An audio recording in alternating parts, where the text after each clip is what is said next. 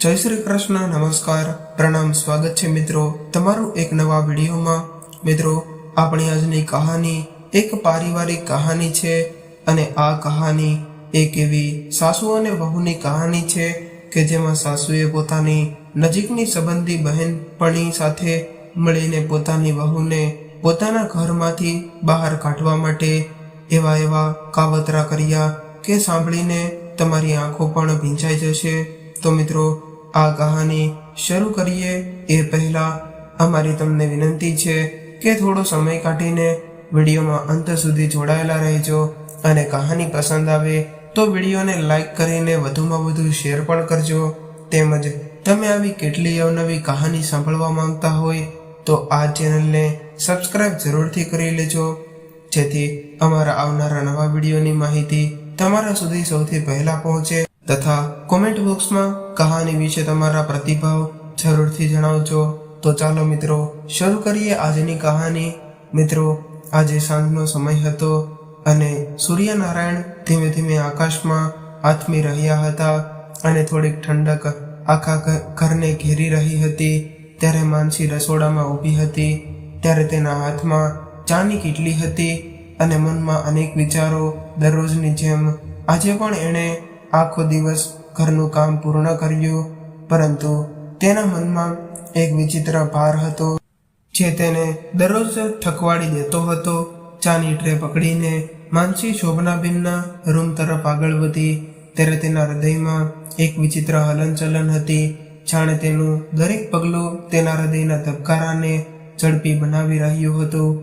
દરવાજે પહોંચીને તે થોડીવાર ત્યાં રોકાઈ ગઈ અને એક ઊંડો શ્વાસ લીધો। પછી ધીમેકથી તેણે દરવાજો ખખડાવ્યો ત્યારે શોભનાબેન રૂમમાં પોતાની મનપસંદ ખુરશી પર બેઠા હતા।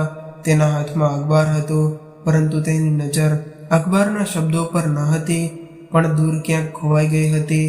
ટેબલ પર ટ્રે મૂકતી વખતે માનસીએ એક વાર શોભનાબેનના તરફ જોયું ત્યારે શોભનાબેને અખબાર બાજુ પર રાખ્યો અને માનસી તરફ જોયું, પરંતુ તેઓ કંઈ બોલ્યા નહીં। ત્યારે તેના ચહેરા પર એવી શક્તિ હતી કે જેણે માનસીને અંદરથી હચમચાવી દીધી હતી। જ્યારે તે કંઈ બોલ્યા વગર પાછળ ફરવા લાગી ત્યારે તેની પીઠ પાછળ શોભનાબેનની આંખોમાં એક વિચિત્ર ચમક આવી ગઈ, જાણે કે તે કંઈક વિચારતી હોય અને કંઈક પ્લાન કરતી હોય। ત્યારે શોભનાબેને ચાનો કપ ઉપાડ્યો, પરંતુ તેમના મનમાં કંઈક બીજું જ ચાલી રહ્યું હતું। તે હંમેશા માનસીને દુશ્મન તરીકે જ જોતી હતી અને તેના મનમાં એ વાત બેસી ગઈ હતી કે માનસી તેની દુશ્મન છે અને તે તેના દીકરાને તેની પાસેથી છીનવી રહી છે। ત્યારે માનસી શોભનાબેનના રૂમમાંથી બહાર આવી અને સીધી તેના રૂમ તરફ ગઈ। તે જાણતી હતી કે શોભનાબેન તેના તરફ કંઈક અંશે ગુસ્સે છે, પરંતુ આ ગુસ્સો ક્યારે અને કેવી રીતે નફરતમાં બદલાઈ ગયો તેની તેને બિલકુલ ખબર નહોતી। માનસી તેના રૂમમાં ગઈ અને ધીમેથી દરવાજો બંધ કરીને તેના બેડ પર બેસી ગઈ। ત્યારે તેને તેની માતા યાદ આવી। તેમણે તેમને શીખવાડ્યું હતું કે દરેક મુશ્કેલીઓનો ધીરજ અને ડહાપણથી સામનો કરવો જોઈએ। મિત્રો, જ્યારે માનસીએ આ ઘરમાં પગ મૂક્યો હતો ત્યારે તેણે વિચાર્યું હતું કે તે તેના નવા પરિવાર સાથે ખૂબ જ સુખી અને શાંતિથી જીવન વિતાવશે, પરંતુ સમય જતાં તે સમજવા લાગી હતી કે આ ઘરની દિવાલો માત્ર ઈંટોથી બનેલી નથી, પરંતુ અસંખ્ય દુઃખ અને ઊંડા રહસ્યોથી બનેલી છે। હવે શોભનાબેનનો સ્વભાવ ધીમે ધીમે માનસી માટે અસહ્ય બની રહ્યો હતો। જ્યાં પહેલા માનસીને લાગતું હતું કે સાસુ થોડી કડક છે, પરંતુ હવે તે સમજવા લાગી હતી કે શોભનાબેનની કઠોરતા કરતાં વધુ કંઈ બીજું કરવાનો ઈરાદો છે। એક દિવસ જ્યારે માનસીએ તેના સાસુ શોભનાબેન માટે હલવો બનાવ્યો, કારણ કે તે જાણતી હતી કે તેના સાસુ શોભનાબેનને હલવો ખૂબ જ ભાવે છે, તેથી જ તેણે તેને દિલથી તૈયાર કર્યો હતો।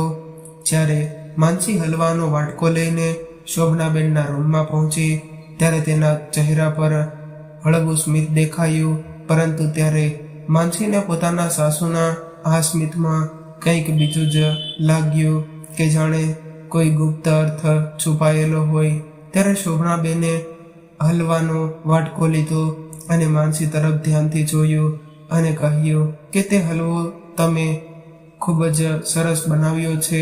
પરંતુ ત્યારે માનસીએ જોયું કે તેના અવાજમાં મીઠાશને બદલે ઠંડક હતી. એટલે માનસીએ માથું નમાવીને જવાનું શરૂ કર્યું. ત્યારે શોભનાબેને અચાનક બૂમ પાડી, તે આ શું કર્યું છે? આ હલવો તો બળી ગયો છે.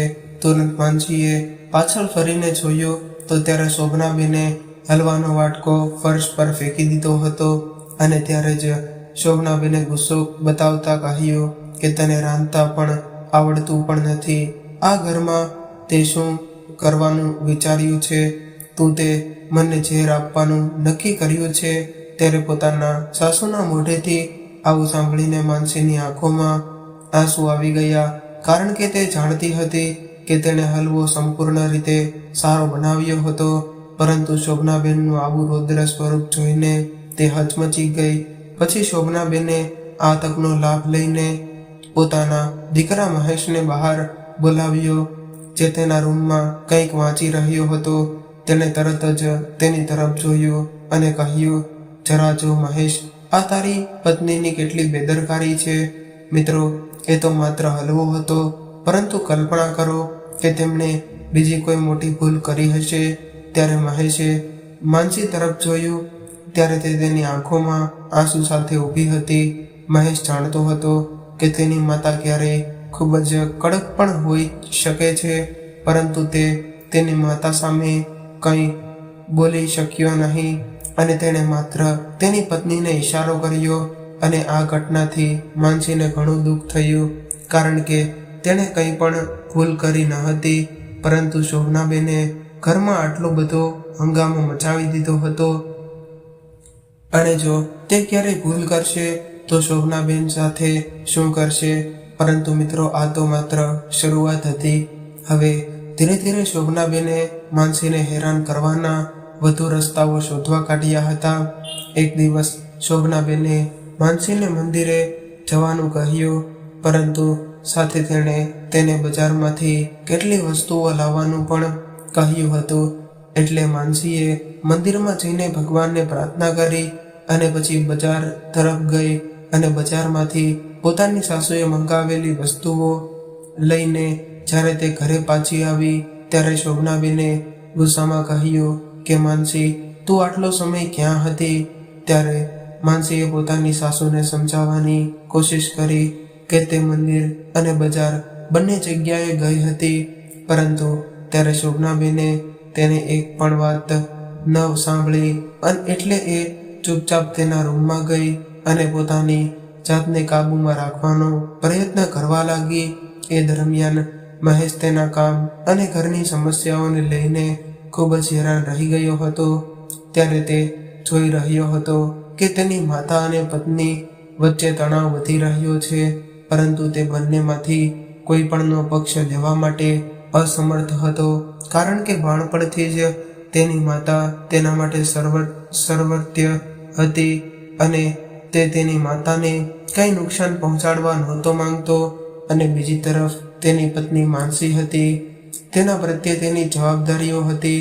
ત્યારે મહેશે ઘણી વખત પોતાની માં શોભનાબેન સાથે આ વિશે વાત કરવાનો પ્રયાસ કર્યો, પરંતુ દરેક વખતે તેની માતા શોભનાબેનને તેને એમ કહીને ચૂપ કરી દેતા કે તારી પત્ની તને મારા વિરુદ્ધ ભડકાવે છે. ત્યારે મહેશને કશું સમજાતું નહોતું કે હવે તેને શું કરવું. પછી તે માનસી પાસે ગયો અને તેને સમજાવવા લાગ્યો કે જો માનસી, મારી માતા થોડી કડક સ્વભાવની છે, પરંતુ તેનું હૃદય શુદ્ધ છે, એટલે તું થોડી ધીરજ રાખ, બધું સારું થઈ જશે. ત્યારે માનસીએ પોતાના પતિ મહેશની આ વાત સાંભળી, પરંતુ તેના મનમાં અનેક સવાલો ઉઠી રહ્યા હતા. તે વિચારવા લાગી કે શું મારા સાસુ શોભનાબેનનું હૃદય ખરેખર શુદ્ધ હશે કે પછી તેના કોઈ અન્ય ષડયંત્ર છુપાયેલું હશે. ત્યારે ચંદ્રિકાબેન, જે શોભનાબેનના નજીકના સંબંધી હતા, તે અવારનવાર શોભનાબેન પાસે આવતા અને માનસી વિશે ખબર બોલતા અને તેને માનસી સામે વધુ ઉશ્કેરતા.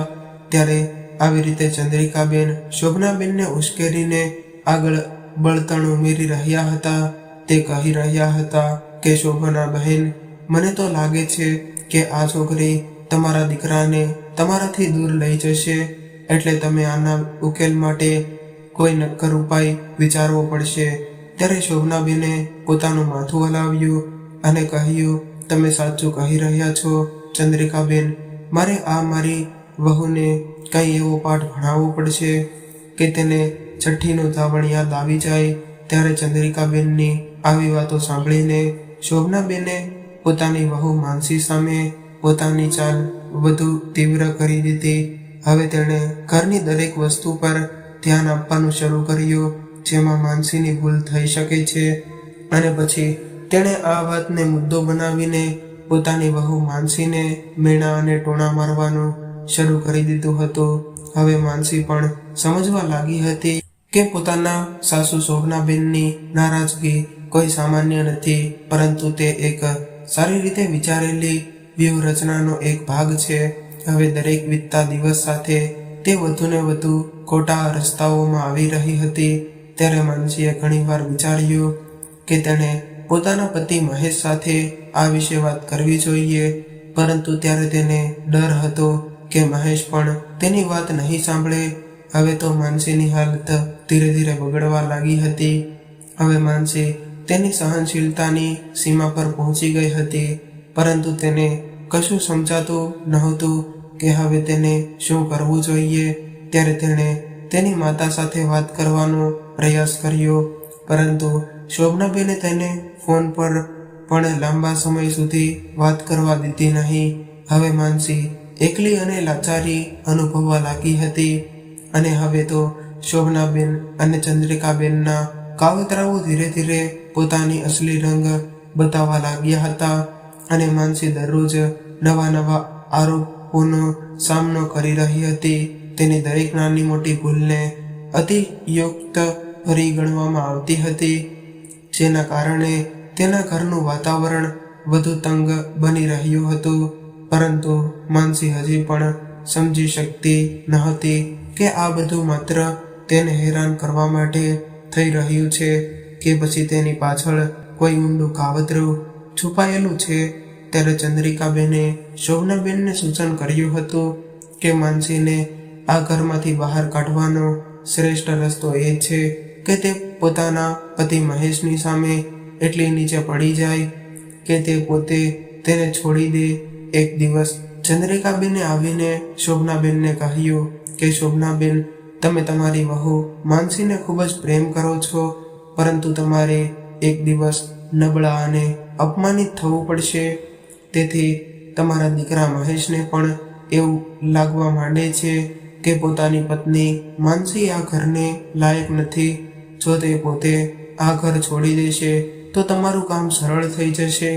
ત્યારે શોભનાબેને આ વિશે ઊંડાણપૂર્વક વિચાર્યું અને પછી તેમને ચંદ્રિકાબેનના કહેલા શબ્દોમાં સત્ય દેખાયું. ત્યારે તેણે વિચાર્યું કે જો માનસીને મહેશની નજરમાં નીચે ગિરાવી દેવામાં આવે તો મહેશ ખુદ તેની પત્ની માનસીને છોડી દેશે અને પછી તે પોતાના દીકરા મહેશના લગ્ન કોઈ અમીર પરિવારની છોકરી સાથે કરાવી દેશે. શોભનાબેન કોઈ પણ રીતે પોતાની વહુ માનસીને તેના ઘરની બહાર કાઢવા માંગતા હતા. એટલું જ નહીં, પરંતુ પોતાના દીકરા મહેશના બીજા લગ્ન એક શ્રીમંત અને ઉચ્ચ કક્ષાના પરિવારમાં થાય એવું પણ ઈચ્છતા હતા, જેથી તેને દહેજ તરીકે સારી એવી રકમ મળી શકે. કારણ કે તેમણે પોતાના દીકરાના લગ્ન માનસી સાથે કરાવ્યા હતા, પરંતુ તેને માનસીના પિયર પક્ષ તરફથી કોઈ આર્થિક ફાયદો થયો ન હતો. કારણ કે મહેશે લવ મેરેજ કર્યા હતા, જેમાં દહેજનો કોઈ પણ પ્રશ્ન ન હતો. એટલે શોભનાબેને ચંદ્રિકાબેનની બતાવેલી યોજનાનો અમલ શરૂ કર્યો. જેણે પહેલાં તો માનસી પર શંકા કરવાના બહાના શોધવાનું શરૂ કર્યું. એક સમયે શોભનાબેને પોતાની વહુ માનસીને ઘરના તમામ દાગીના સાફ કરીને અલમારીમાં પાછા મૂકવા માટે કહ્યું. ત્યારે માનસીએ પોતાના સાસુની વાત માનીને ઘરેણાં સાફ કરવા માંડ્યા. પણ અકસ્માતે એક કાનની બુટ્ટી અલમારીની પાછળ પડી ગઈ. ત્યારે તેણે વિચાર્યું કે કાનની બુટ્ટી ત્યાં જ હશે અને સાફ સફાઈ દરમિયાન મળી જશે.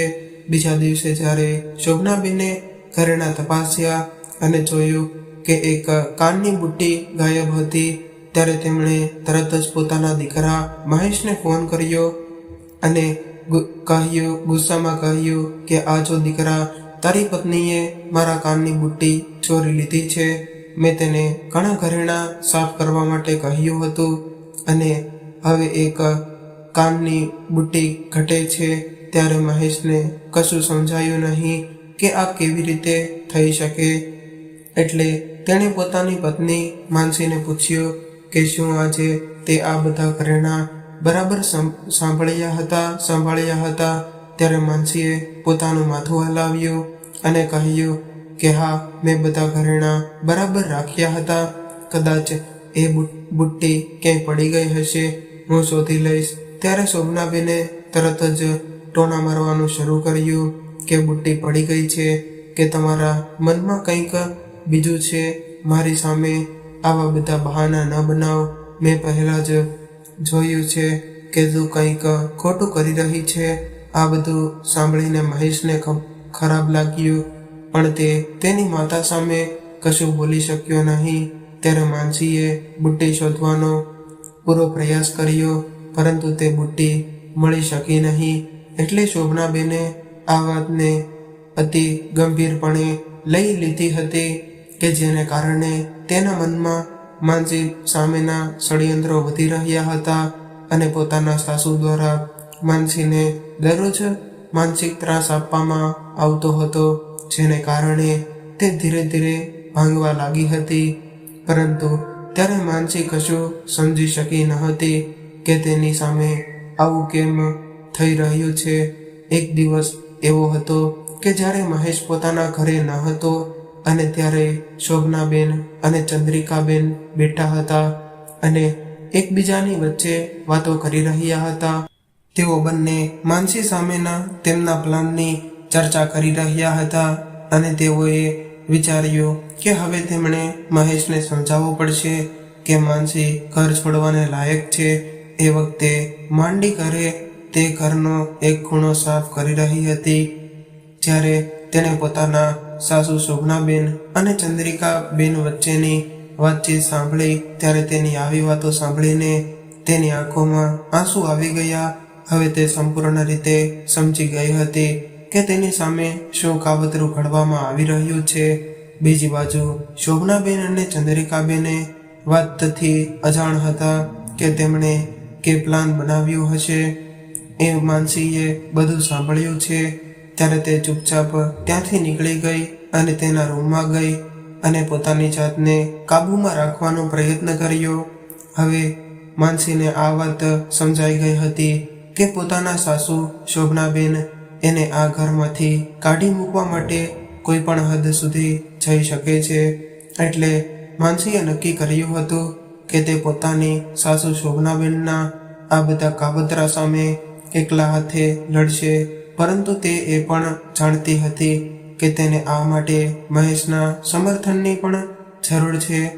પરંતુ તે પહેલાં તેણે પોતાના સાસુ શોભનાબેનના કાવતરાનો પર્દાફાશ કરવો પડશે. એટલે ત્યારે માનસીએ ધીરજ અને સમજણથી કામ કરવાનું નક્કી કર્યું. તેણે નક્કી કર્યું કે તે શોભનાબેનની દરેક યુક્તિઓ કોઈ પણ ગુસ્સા વગર સામનો કરશે અને સત્યને બહાર લાવશે. બીજા દિવસે માનસીને ઘરે ગઈ અને સફાઈ કરતી વખતે તેને કબાટની પાછળની બાજુએ પડેલી બુટ્ટી મળી ગઈ. એટલે ત્યારે તેણે કંઈ પણ બોલ્યા વિના તે કાનની બુટ્ટી અલમારીમાં રાખી દીધી અને શોભનાબેનને મળવાનું ટાળ્યું, કારણ કે તે જાણતી હતી કે જ્યારે યોગ્ય સમય હોય ત્યારે જ તેણે પોતાનું પગલું ભરવું પડશે. જ્યારે શોભનાબેને જોયું કે માનસી હવે વધુ બોલતી નથી, ત્યારે તેમને લાગ્યું કે તેમનું કાવતરું કામ કરી રહ્યું છે. એટલે તેણે ચંદ્રિકાબેન સાથે મળીને નક્કી કર્યું કે હવે માનસી પર મોટો આરોપ લગાવવાનો સમય આવી ગયો છે, જેથી તેને આ ઘરમાંથી બહાર કાઢી શકાય. ત્યારે માનસી અને મહેશનું જીવન શોભનાબેન અને ચંદ્રિકાબેનના કાવતરાઓ સામે ઝઝૂમી રહ્યું હતું. પરંતુ માનસી હજુ હિંમત હારી ન હતી. તેમણે પોતાની સહનશીલતા અને ધૈર્યથી પોતાના પરિવારને એક રાખવાના તમામ પ્રયાસો કર્યા હતા. પરંતુ જેમ જેમ ભાનુબેનની યોજનાઓ ઊંડી જતી રહી હતી, તેમ માનસી માટે આ યુદ્ધ એકલા હાથે લડવું ખૂબ જ મુશ્કેલ બની ગયું હતું. આવા સમયે માનસીની ભૂતકાળની યાદો અને તેની જૂની એક મિત્ર કોમલ તેના જીવનમાં ફરીથી પ્રવેશ કરે છે કે તેને આ સંઘર્ષમાં મદદ કરવામાં મહત્વપૂર્ણ ભૂમિકા ભજવે છે.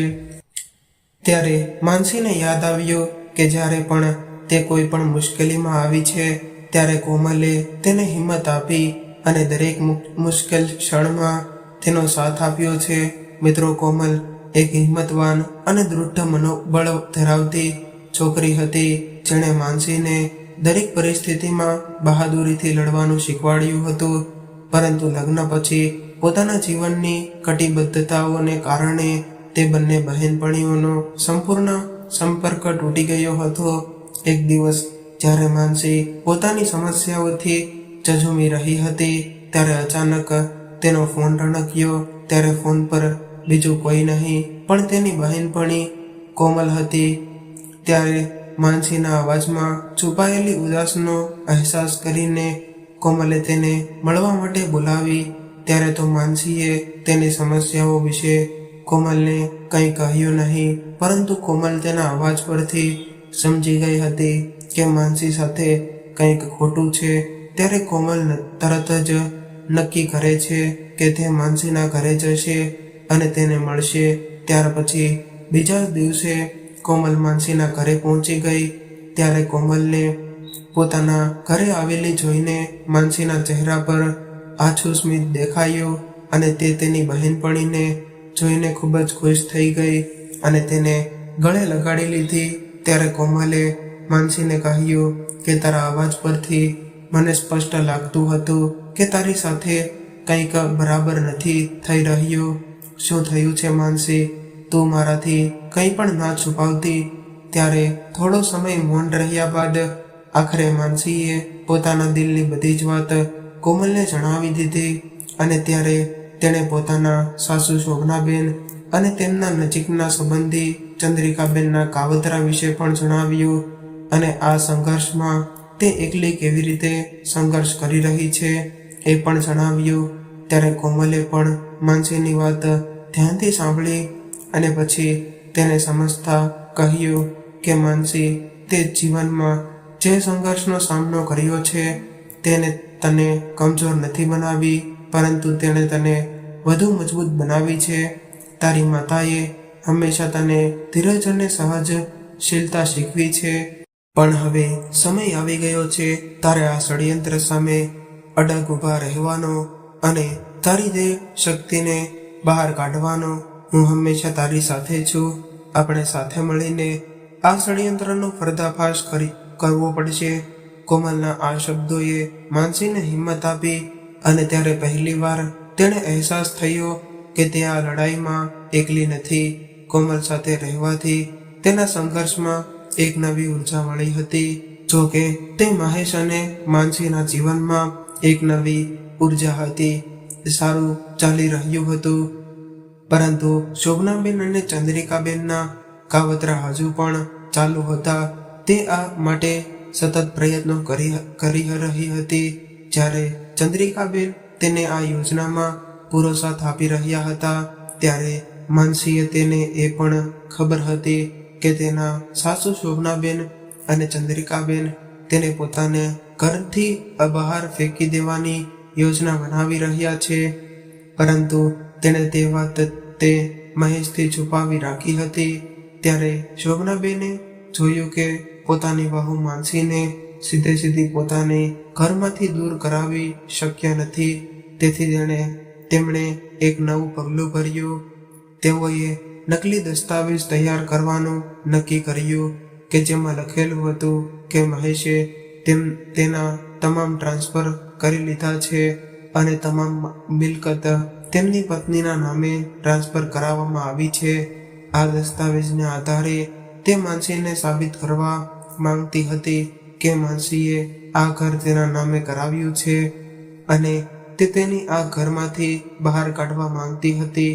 આ યોજનામાં ચંદ્રિકાબેને શોભનાબેનને સંપૂર્ણ મદદ કરી હતી, પરંતુ તે તેના આવા જૂઠા અને ચાલાકીના સ્વભાવને કારણે હંમેશા આવા કાવતરાઓમાં નિષ્ણાત હતી.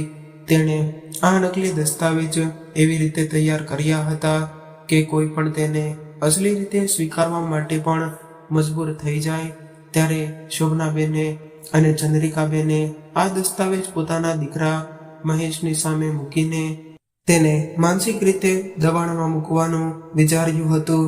તે તેને વિશ્વાસ અપાવવા માંગતી હતી કે માનસીએ છેતરપિંડીથી આ ઘર તેના નામે કરી લીધું છે અને હવે એક દિવસ શોભનાબેને માનસીને તેના રૂમમાં બોલાવી અને કહ્યું કે માનસી, મને લાગે છે કે આપણે આપણા ઘરના દસ્તાવેજો તપાસ કરવા જોઈએ, જેથી તું જરા આ ફાઇલો બહાર કાઢ અને તપાસ કર કે બધું બરાબર છે કે નહીં.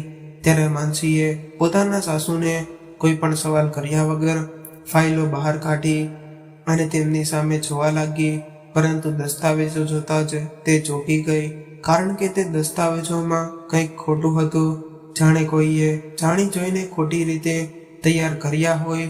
ત્યારે શોભનાબેને માનસીને એ ફાઇલો સાથે એકલી છોડી દીધી અને તેમણે અને ચંદ્રિકાબેને એવું વિચાર્યું કે હવે આપણે માનસીને દોષ આપવો સરળ રહેશે, પરંતુ તેઓ જાણતા ન હતા કે માનસી હવે તેમના કાવતરાથી સંપૂર્ણપણે વાકેફ હતી. જ્યારે મહેશ રાત્રે ઘરે પાછો આવ્યો ત્યારે શોભનાબેને તેને પોતાની પાસે બોલાવ્યો અને કહ્યું કે મહેશ દીકરા, માનસીએ આપણા ઘરના દસ્તાવેજો સાથે છેડછાડ કરી છે.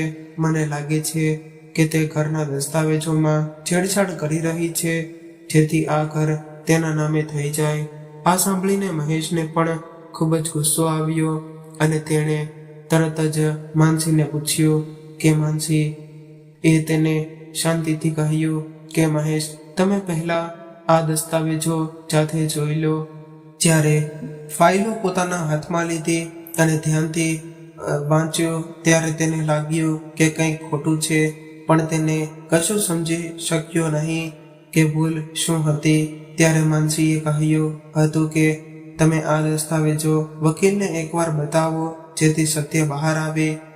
આ સાંભળીને મહેશ પોતાની પત્ની માનસીની વાત સાથે સંમત થયો અને બીજા દિવસે તે ફાઇલો લઈને વકીલ પાસે ગયો અને વકીલે કહ્યું કે ખરેખર દસ્તાવેજોમાં વિસંગતતા છે અને આ બધું કોઈના ઈરાદાપૂર્વકના ષડયંત્રનો ભાગ હોય તેવું લાગે છે. મહેશ હવે સત્યથી નજીક જઈ રહ્યો હતો, પણ તેને હજુ પણ સંપૂર્ણ વિશ્વાસ નહોતો. પછી માનસીએ તેને બધી વાત કહી. તે તેણે પોતાના સાસુ શોભનાબેન અને ચંદ્રિકાબેન વચ્ચેની વાતચીત દરમિયાન સાંભળ્યું હતું કે મહેશ હવે સમજી ગયો હતો કે તેની માતા અને ચંદ્રિકાબેન પોતાની પત્ની માનસી સામે કાવતરું કરી રહ્યા હતા. આ જાણીને મહેશનું દિલ તૂટી ગયું, કારણ કે તેણે ક્યારેય કલ્પના પણ નહોતી કરી કે તેની માતા પોતાની પત્ની સાથે આવું કરી શકે છે. મહેશે હવે નક્કી કર્યું હતું કે તે આ ષડયંત્રનો અંત લાવશે, એટલે એણે પોતાની માતા શોભનાબેન સાથે સીધી જ વાત કરી અને કહ્યું કે માં, હું જાણું છું કે તમે મારી પત્ની માનસી વિરુદ્ધ કાવતરું ઘડી રહ્યા છો, અને માં, મને બધું સમજાઈ ગયું છે કે તેમાં કોણે ખોટું કર્યું છે. ત્યારે મહેશની માતા શોભનાબેને પહેલા તો એ સ્વીકારવાની ના પાડી, પરંતુ પોતાના દીકરા મહેશનું કડક વલણ જોઈને તે ચૂપ થઈ ગયા. અને ત્યારે મહેશે કહ્યું કે માં, હું મારી પત્ની માનસીને સાચા દિલથી ચાહું છું અને હું તેને મારાથી અલગ ક્યારેય નહીં થવા દઉં, અને જો તમે આ નથી સ્વીકારી શકતા તો મારે જ આ ઘર છોડવું પડશે. એટલે ત્યારે શોભનાબેનને પોતાના દીકરા મહેશનો આ નિર્ણય ખૂબ જ આઘાતજનક લાગ્યો, કેમ કે તેમણે ક્યારેય પણ વિચાર્યું ન હતું કે તેમનો દીકરો આ હદે પણ જઈ શકે છે. પરંતુ હવે તેમની પાસે બીજો કોઈ વિકલ્પ હતો નહીં, કેમ કે મહેશે પોતાની માતા શોભનાબેન અને ચંદ્રિકાબેનને તેમના કાવતરાના પરિણામો બતાવ્યા હતા. એટલે હવે ચંદ્રિકાબેને ધીમે ધીમે શોભનાબેન સાથે અંતર જાળવવાનું શરૂ કર્યું અને હવે શોભનાબેન પણ પોતાના ઘરમાં એકલા અનુભવવા લાગ્યા હતા. શોભનાબેન અને ચંદ્રિકાબેનના કાવતરાનો પર્દાફાશ થયા પછી તેના ઘરનું વાતાવરણ સંપૂર્ણપણે બદલાઈ ગયું હતું. ત્યારે મહેશ પણ તેની માતાના આ કૃત્યથી સંપૂર્ણ રીતે તૂટી ગયો હતો અને માનસીને તેની ધીરજ અને હિંમતથી તે સાબિત કર્યું હતું કે આ ઘરની સાચી વહુ છે. જો કે આ ધડપોસ્ટ પછી પણ શોભનાબેન અને માનસી વચ્ચે જે પણ અણબનાવ સર્જ્યો હતો તે દૂર કરવો એ સરળ ન હતો અને શોભનાબેન હવે ઘરમાં એકલા અનુભવવા લાગ્યા હતા અને ચંદ્રિકા બેને તેમનાથી અંતર રાખ્યું હતું અને મહેશે પણ તેમની સાથે કડકાઈથી વાત કરી હતી. એટલે ચંદ્રિકાબેન દિલથી સંપૂર્ણ રીતે ભાંગી ગઈ હતી અને તેને તેની કરેલી ભૂલોનો અહેસાસ થઈ રહ્યો હતો. પરંતુ તેનો અહંકાર તેને હજુ પણ તેણે કેટલું કર્યું છે તે સ્વીકારતા અટકાવતો હતો કે તેણે ખૂબ જ મોટી ભૂલ કરી છે. હવે પોતાની દિનચર્યામાં શોભનાબેન માનસીનું ધ્યાન રાખતી હતી, જે આખા ઘરની સંભાળ લેતી હતી. ત્યારે મહેશ અને માનસી વચ્ચેનો પ્રેમ જોઈને તેનું હૃદય બળી જતું હતું, પણ હવે તે અશક્ય અને લાચારી અનુભવી રહી હતી. એક દિવસ જ્યારે શોભનાબેન તેમના રૂમમાં બેઠા હતા ત્યારે તે વિચારવા લાગ્યા કે શું મેં ખરેખર આટલો મોટો ગુનો કર્યો છે કે શું મારી વહુ માનસી એટલી પણ ખરાબ છે જેટલી હું તેને ધારતી હતી, કે પછી આ બધું મારા મનનો ભ્રમ હતો. પછી તેમણે વિચાર્યું કે મારે માનસીની માફી માંગવી જોઈએ કે કેમ, પરંતુ ત્યારે તેના અહંકારે તેને આ પગલું ભરતા રોકી લીધી હતી. ત્યારે તેમનો દીકરો મહેશ શોભનાબેનને માનસિક સ્થિતિ સમજી ગયો હતો. તેણે જોયું કે તેની માતા હવે તેની ભૂલનો અહેસાસ કરી રહી છે, પરંતુ તે સ્વીકારવા માટે અચકાતી હતી. એટલે તેણે વિચાર્યું કે જો આ પરિવારને ફરીથી જોડી શકાય તો તેણે પહેલું પગલું ભરવું પડશે. પછી મહેશે પોતાની પત્ની માનસીને કહ્યું કે માનસી, મારી માં હવે સમજે છે કે તેણે ખૂબ જ મોટી ભૂલ કરી છે, પરંતુ તેના માટે માફી માંગવી એ સરળ રહેશે નહીં. એટલે આપણે તેમને થોડો વધુ સમય આપવો જોઈએ. તું આ પરિવારને ફરીથી જોડવા માટે તૈયાર છો? ત્યારે માનસીએ પોતાના પતિ મહેશની વાત ધ્યાનથી સાંભળી અને પોતાનું માથું હલાવતા કહ્યું કે હું તૈયાર છું મહેશ, પરંતુ આપણે એ ધ્યાનમાં રાખવાનું છે કે માતાને ખ્યાલ હોવો જોઈએ કે આપણે તેની સાથે છીએ, તેની વિરુદ્ધ નથી. હું તેમને એક તક આપવા માંગુ છું, કારણ કે તે મારી સાસુ છે અને આ પરિવારનો એક મુખ્ય ભાગ છે. ત્યાર પછી માનસીએ એક મોટું પગલું ભરવાનું નક્કી કર્યું કે જેથી તેના સાસુ શોભનાબેનને ખબર પડી જાય કે તે તેને નફરત નથી કરતી, પણ તેની સાથે સમાધાન કરવા માટે તૈયાર છે. પછી તે એક દિવસ પોતાના સાસુ શોભનાબેનના રૂમમાં ગઈ અને તેને કહ્યું કે માં, અમારી વચ્ચે ઘણું બધું થઈ ગયું છે, પરંતુ હું એવું ઈચ્છું છું કે એ બધું ભૂલીને આપણે બંને એક નવી શરૂઆત કરીએ, કારણ કે હું તમારી વહુ છું અને એ મારી ફરજ છે કે એટલે ચાલો હું તમારો આદર કરીશ અને આ ઘરને તમારી સાથે ખુશ કરીશ.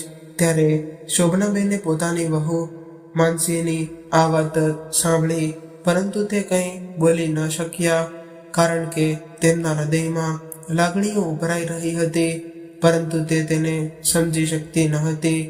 એટલે માનસી આગળ વધી અને તે પોતાના સાસુ શોભનાબેનના પગને સ્પર્શ કર્યા અને કહ્યું કે માં, મારાથી કોઈ ભૂલ થઈ ગઈ હોય તો મને માફ કરી દેજો. ત્યારે આ જોઈને શોભનાબેનની આંખોમાંથી આંસુ વહી ગયા હતા અને તે ધ્રુજતા અવાજે એટલું જ બોલી શક્યા કે માનસી, મને માફ કરી દે. મેં તારી સાથે ઘણું ખોટું કર્યું છે અને ખૂબ જ મને શરમ આવે છે. ત્યારે માનસીએ પોતાના સાસુ શોભનાબેનને સાત્વતતા આપતા કહ્યું કે માં, આ બધું ભૂલી જાઓ અને આપણે એક નવી શરૂઆત કરીશું અને આ ઘરને ફરીથી પ્રેમ અને ખુશીઓથી ભરી દઈશું. જ્યારે શોભનાબેન પોતાના કરેલ કૃત્યો પર પસ્તાવો કરી રહ્યા હતા ત્યારે ચંદ્રિકાબેન હજુ પણ પોતાની જૂની આદતોમાં વ્યસ્ત હતા. બીજી બાજુએ પણ આવું જ બન્યું હતું.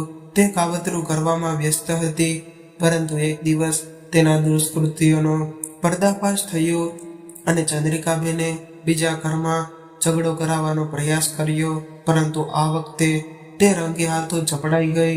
ત્યારે તે પરિવારે બધાની સામે ચંદ્રિકાબેનનું અપમાન કર્યું અને તેમને ઘરની બહાર કાઢી મૂક્યા. ચંદ્રિકાબેન હવે સમજી ગયા હતા કે તેમની યુક્તિઓ હવે કામ નહીં કરે. ત્યારે તેમને દરેક જગ્યાએથી અસ્વીકાર મળ્યો અને આખરે તે એકલી અને અલગ પડી ગઈ. બીજી તરફ માનસી અને શોભનાબેન વચ્ચેનો તણાવ ધીમે ધીમે ઓછો થવા લાગ્યો હતો અને હવે તે બંનેએ એકબીજા પ્રત્યેનો અભિગમ બદલી નાખ્યો હતો અને શોભનાબેને હવે માનસીને દિલથી સ્વીકારી લીધી હતી અને તેમણે તેમના જૂના વર્તન માટે ઘણી વખત માનસીની માફી માંગી હતી. ત્યારે માનસીએ પણ શોભનાબેનને સપોર્ટ કરવાનું શરૂ કર્યું અને તેને ઘરના કામકાજમાં મદદ કરતી અને તેના સ્વાસ્થ્યનું ધ્યાન રાખતી અને તેમની સાથે સમય વિતાવતી. હવે ધીમે ધીમે શોભનાબેન અને માનસી વચ્ચે એક નવો સંબંધ બંધાવા લાગ્યો હતો, જે આદર અને સમજણ પર આધારિત હતો.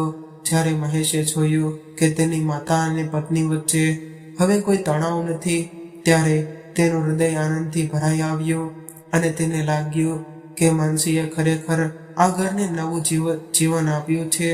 અને એક દિવસ મહેશે માનસીને કહ્યું કે તારા કારણે જ આ પરિવાર ફરીવાર એક થઈ ગયો છે, તેથી માનસી, હું તારો આભાર માનું છું. ત્યારે માનસીએ હસતા હસતા કહ્યું કે મહેશ, આ તો મારી ફરજ હતી. હું હંમેશા એવું ઈચ્છતી હતી કે અમારો પરિવાર એક સાથે રહે અને જ્યારે આપણે પરિવારના સભ્ય એકબીજા સાથે હોઈએ છીએ ત્યારે આપણે દરેક મુશ્કેલીઓનો સામનો કરી શકીએ છીએ. ત્યાર પછી થોડા મહિના પછી માનસીએ મહેશને ખુશખબર આપી કે તે માતા બનવાની છે. ત્યારે મહેશ માટે આ ખુશખબર કોઈ વરદાનથી ઓછી ન હતી. હવે તો શોભનાબેન પણ ઘરના દરેક કામકાજ સંભાળતા હતા અને તે માનસીની તબિયતનું પણ ધ્યાન રાખતા હતા. તેના ખાવા પીવાની કાળજી લેતા અને તેને આરામ કરવા માટે પણ કહેતા હતા. ત્યારે મહેશે પણ માનસીને સપોર્ટ કરવામાં કોઈ કસર છોડી ન હતી. ઘરમાં બાળકના આગમનની તૈયારીઓ સાથે માનસી અને શોભનાબેન વચ્ચેનો સંબંધ વધુ ગાઢ બન્યો. બંનેએ સાથે મળીને દરેક નાની મોટી વાત કરી અને પોતાના સંબંધોને વધુ મજબૂત બનાવ્યા. આ દરમિયાન ચંદ્રિકાબેનના જીવનમાં ઘણા બદલાવ આવ્યા હતા. તેમની ચાલ હવે તેમના પોતાના માટે એક સમસ્યા બની ગઈ હતી અને એટલી રહી હતી. ત્યારે તેમણે પોતાના કરેલા કૃત્યો પર ઊંડો પસ્તાવો કર્યો અને વિચાર્યું કે જો તે શોભનાબેનની માફી માંગી શકે તો કદાચ તેને શાંતિ મળી શકે. એટલે એક દિવસ ચંદ્રિકાબેન અચાનક મહેશના ઘરે પહોંચી ગયા. ત્યારે શોભનાબેન અને માનસી બંને તેની આવી હાલત જોઈને ચોંકી ગયા. ત્યારે રડતા રડતા તેમણે શોભનાબેનને કહ્યું કે હે બહેન, મેં તમારી અને માનસી સાથે જે કંઈ પણ કર્યું તે માટે હું કૃપા કરીને મને માફ કરો. ત્યારે ચંદ્રિકાબેનના આંસુમાં શોભનાબેને અને માનસીએ સત્ય જોયું. એટલે ત્યારે શોભનાબેને તેને ગળે લગાડીને કહ્યું કે ચંદ્રિકા, જે પણ થયું એ હવે ભૂતકાળની વાતો છે. આપણે બધા એ ભૂલો કરી છે, પરંતુ હવે સમય આવી ગયો છે કે આપણે આગળ વધીએ અને એકબીજાને માફ કરીએ.